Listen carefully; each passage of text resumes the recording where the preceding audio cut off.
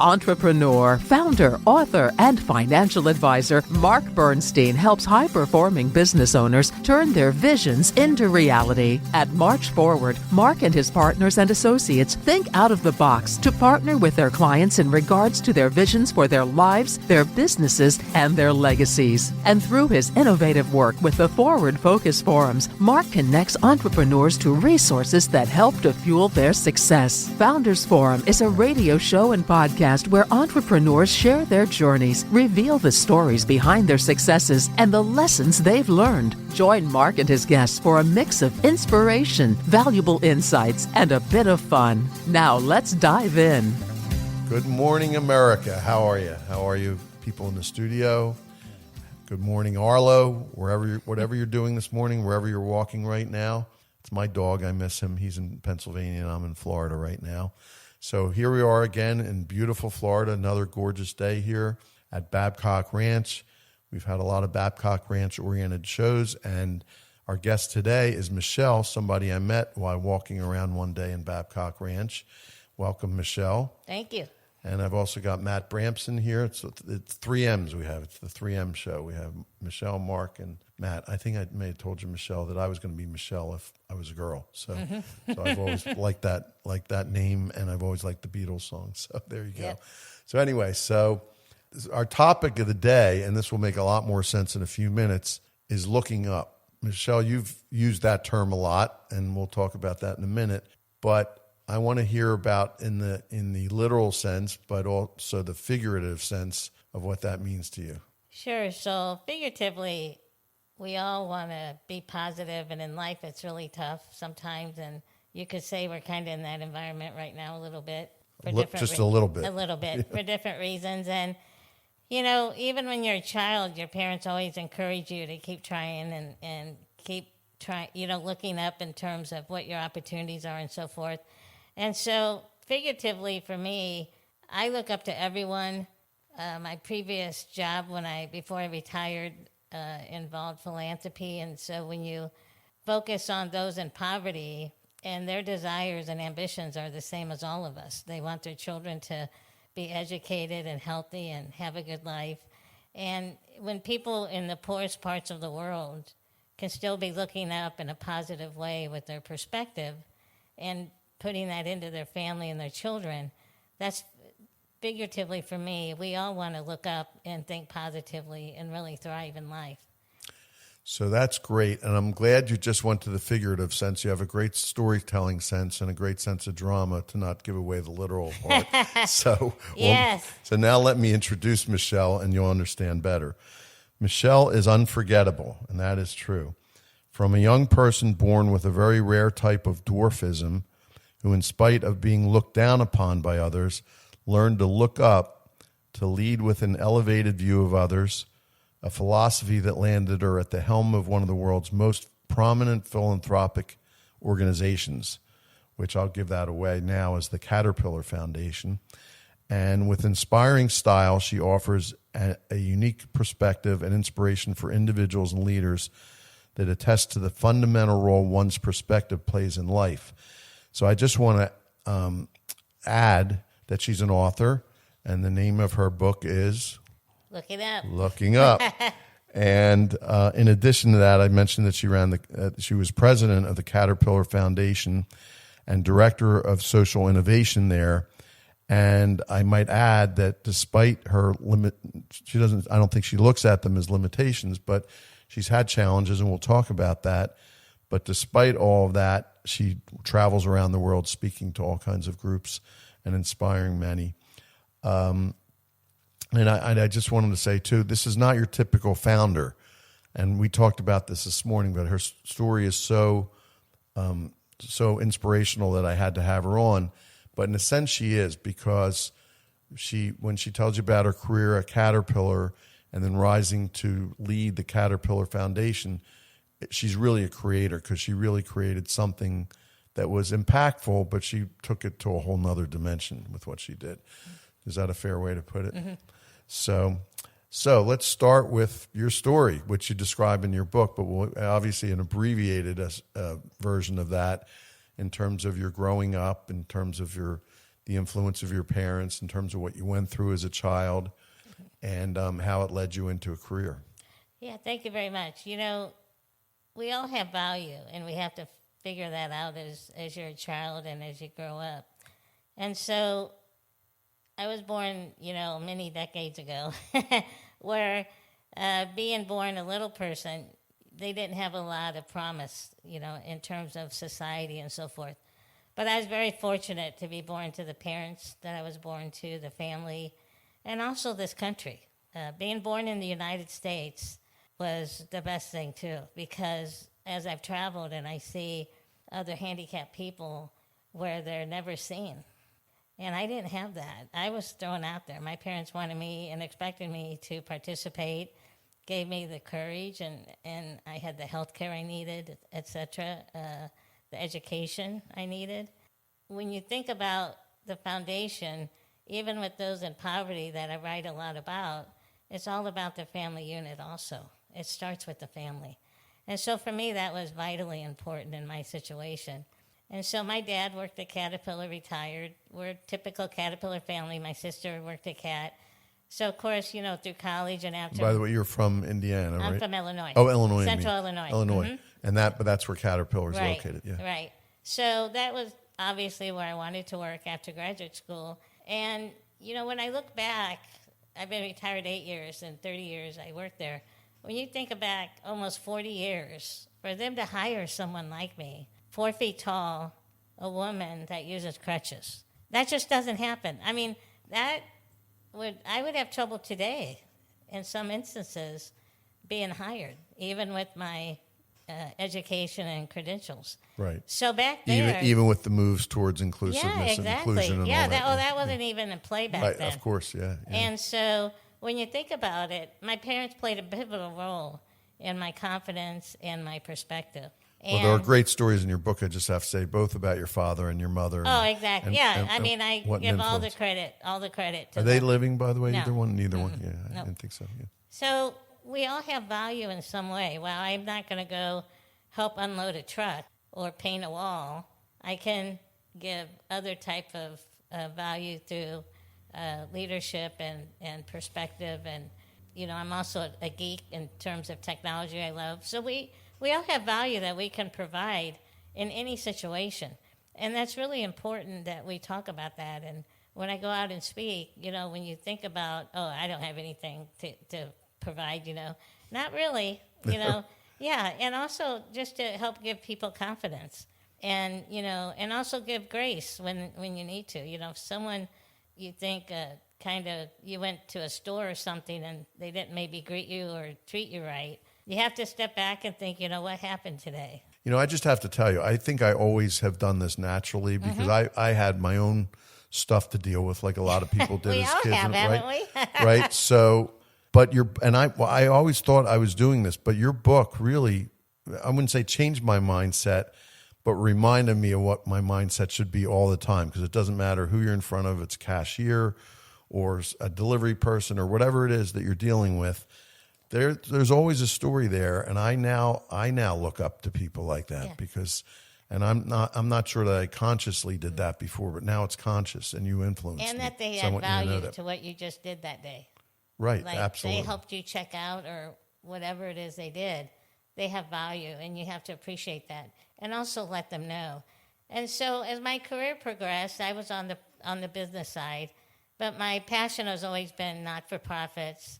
And Caterpillar, of course, is my passion because it's with our family.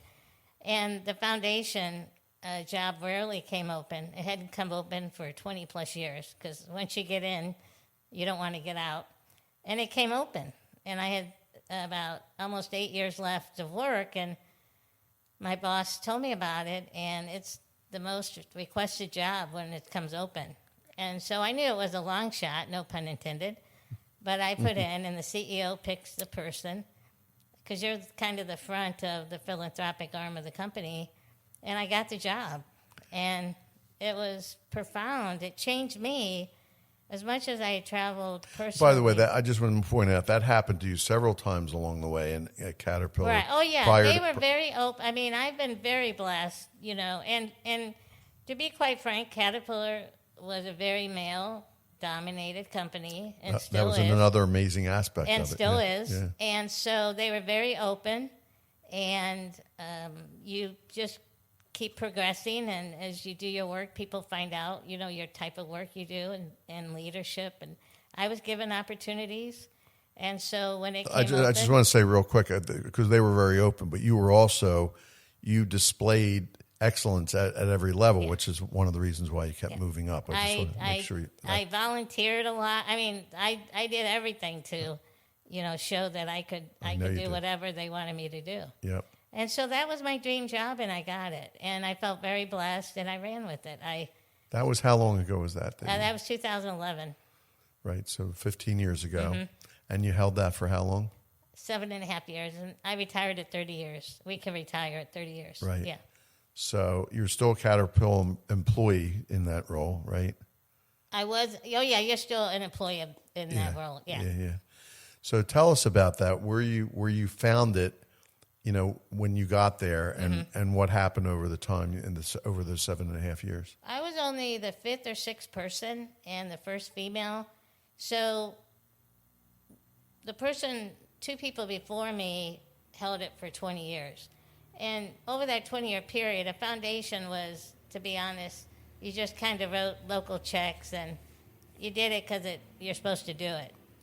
And I ran it like a business. Oh, by the way, sorry to keep interjecting, but for those that don't know, I didn't know this till I read the book, but that's, I believe, a $3 billion foundation, right? No, not $3 billion. We get a percentage of sales each year. Right. So, I won't say the percentage, but it's significant each year. Okay. Caterpillar's incredibly generous. And so I didn't mean how much they raise each year, but I meant company? somewhere I thought the foundation has, there's like it's almost like is it an endowment, like where there's a big amount of money in there today? Yeah, I think. the last thing I did before I retired, I created an endowment and I funded it.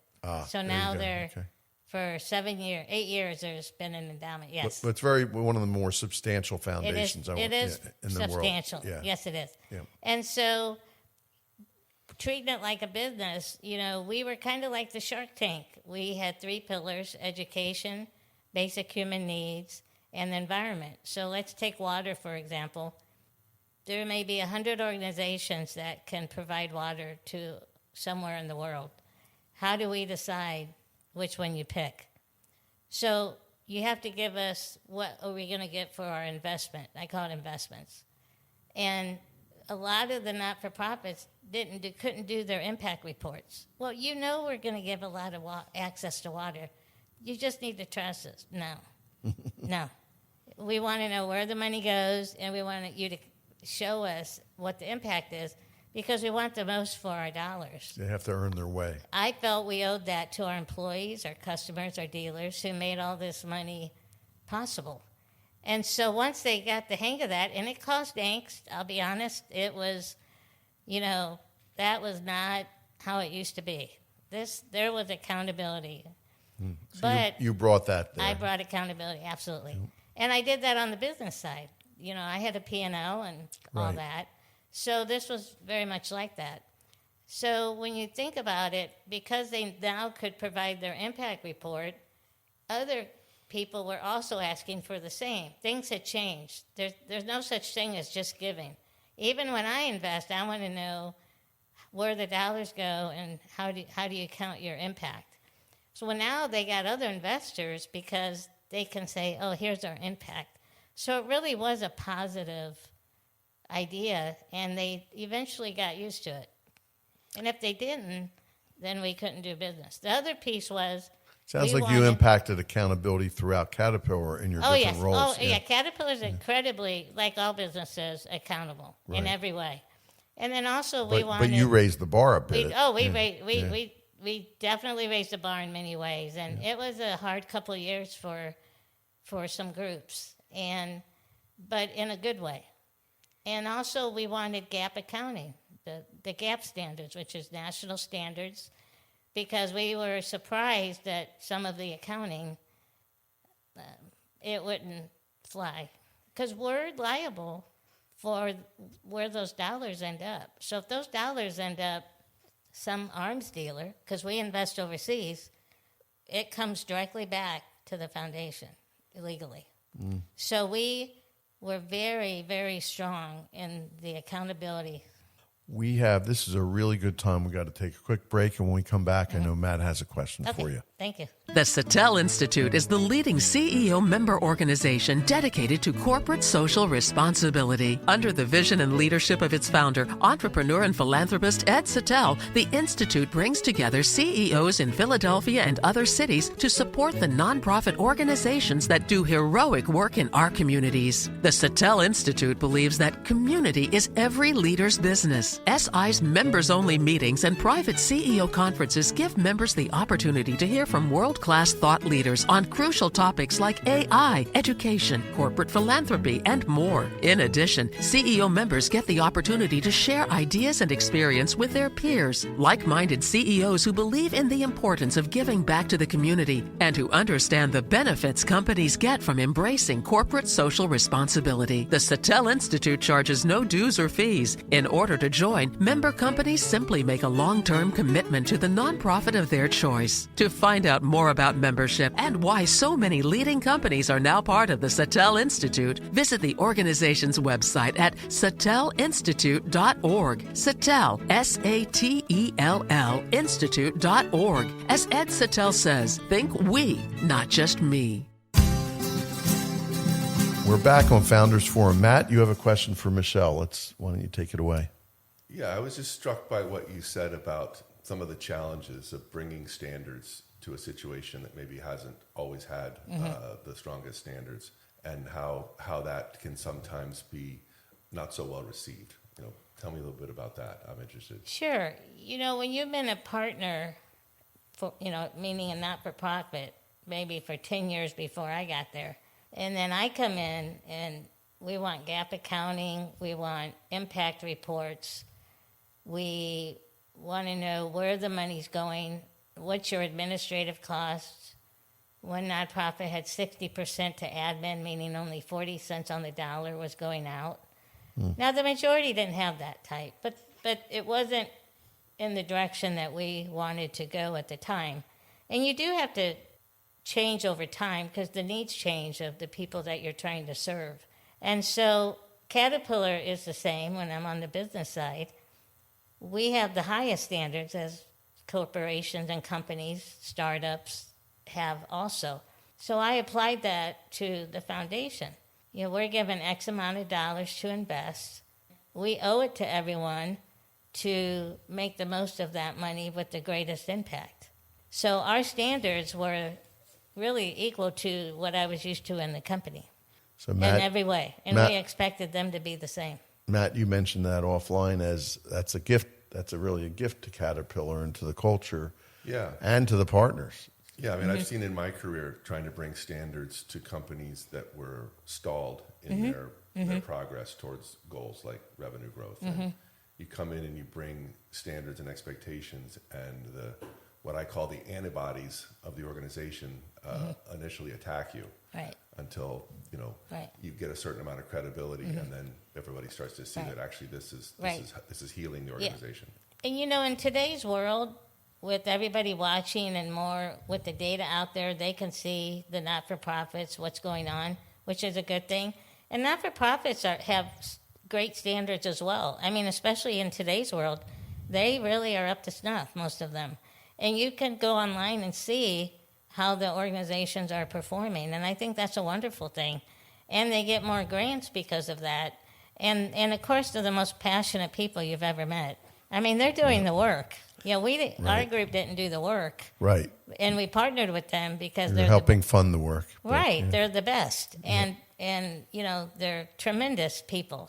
My hat goes off to all the not-for-profits. And you talk about value add, that's a not-for-profit. Michele, I want to ask you, you were president of Caterpillar Foundation, but you're also director of social innovation. Right. So tell the audience the difference and what you did on that side of your job. Sure. Those are a separate job, really. Those are really two pots of money. When the money goes into the foundation, the company can't benefit sales-wise or anything like that. It's a totally separate arm. The director of corporate social innovation is corporate money that does not have so many ties where you can benefit or invest in a different way. And so those were two different hats I wore during my time.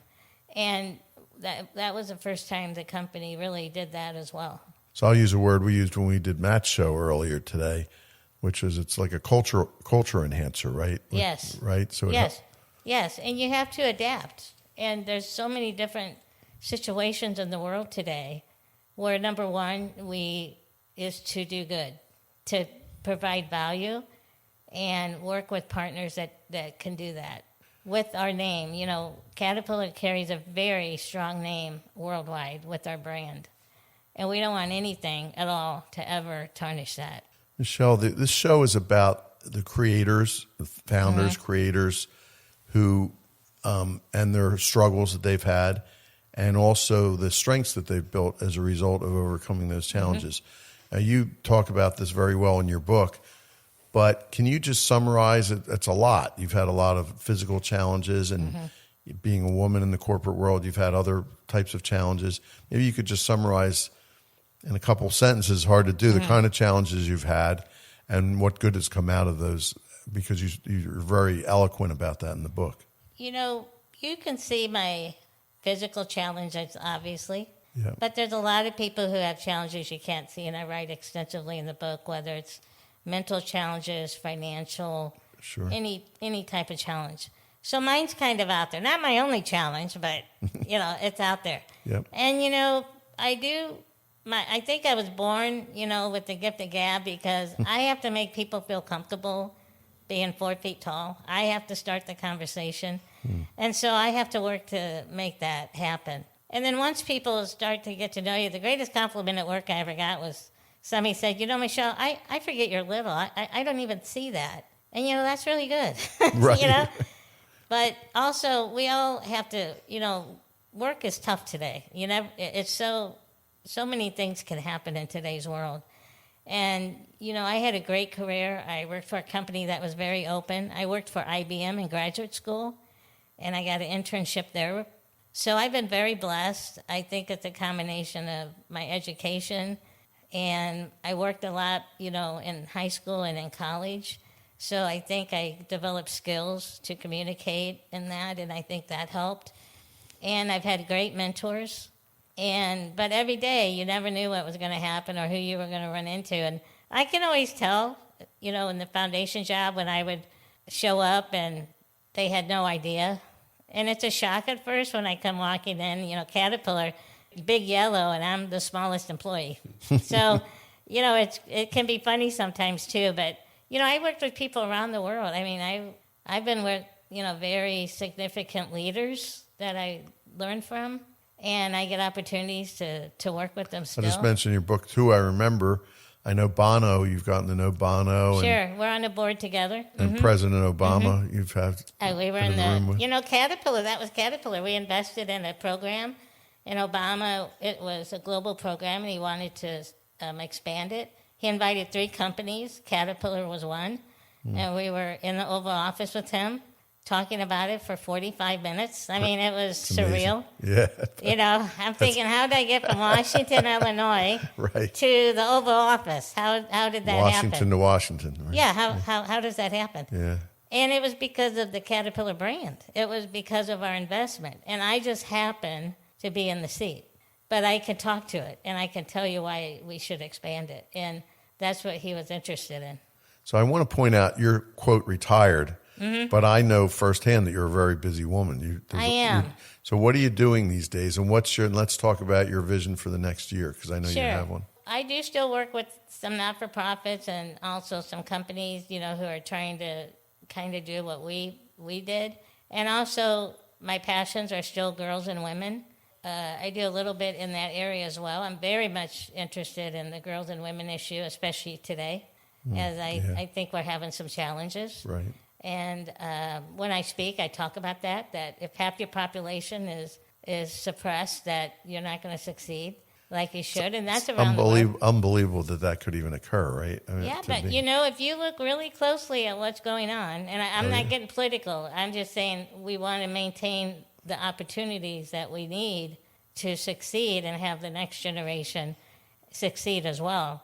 And so, and I encourage the girls and others to, follow your passion and your purpose. I think it's important. And Could you help us get a female president of the United States? Because I think we're long overdue. I'm serious. I think about this a lot. New Zealand does and other countries, and they're doing great. It's happened, and so hopefully one day we will be ready. We got to have a really strong, and I think they're out there. I absolutely think we have people that can do that.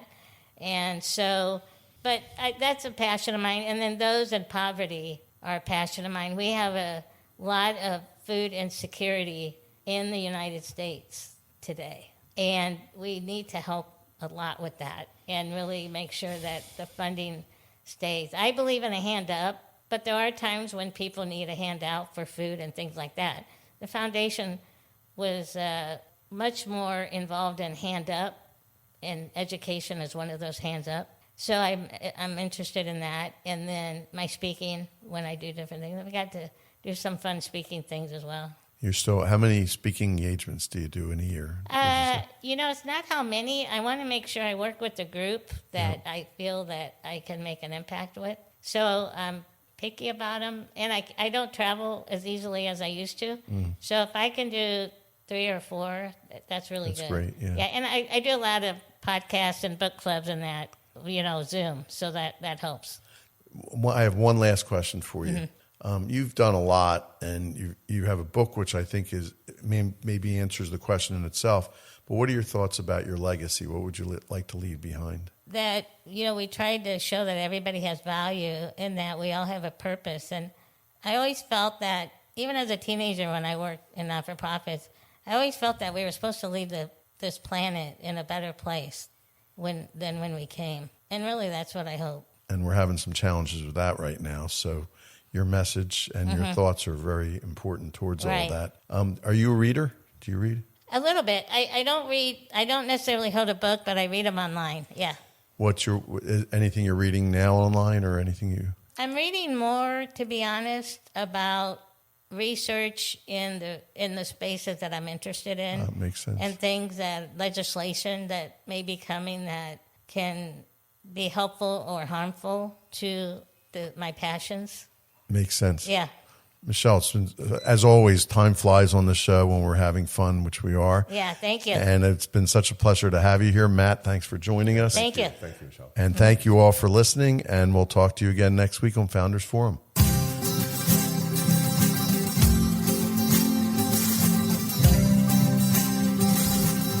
Founders Forum was brought to you in part by March Forward, LLC. We partner with entrepreneurs like you to assist in accomplishing your future vision, your life, your business, your legacy. Comprehensive wealth planning that starts with you, not a product. We hope you enjoyed your time with Founders Forum and that you found something of value to take with you throughout your day. Join us again next week for another episode of Founders Forum on WWDB 860 AM Philadelphia or on your favorite podcast streaming service. Securities offered through DFPG Investments LLC, DFPG. Investment advisory services offered through Diversify Advisory Services LLC, Diversify. DAS and DFPG are affiliated entities. March is unaffiliated with DAS and DFPG. Members FINRA/SIPC. The information provided in this podcast is for informational and educational purposes only and should not be interpreted as investment advice. The views expressed are those of the host and guests and do not necessarily reflect the views of Diversify or DFPG.